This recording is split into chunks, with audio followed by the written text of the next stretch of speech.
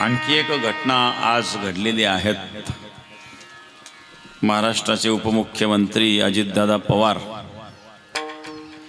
त्यांचं विमान क्रॅश झालं सकाळी 9:30 वाजता आणि त्यामध्ये त्यांचं निधन झालेलं आहे।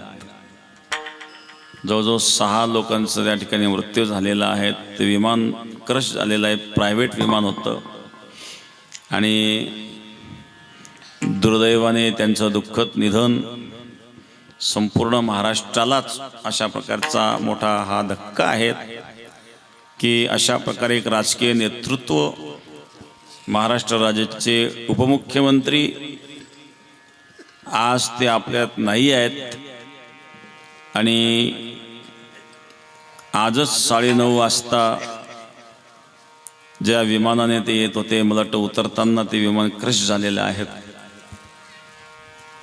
भगवान परमात्मा त्यांच्या आत्म्याला चिरशांती देवो आणि म्हणून त्यांच्या स्मृती प्रित्यर्थ 1 मिनिट आपण मौन धारण करायचं आहे जागेवरच।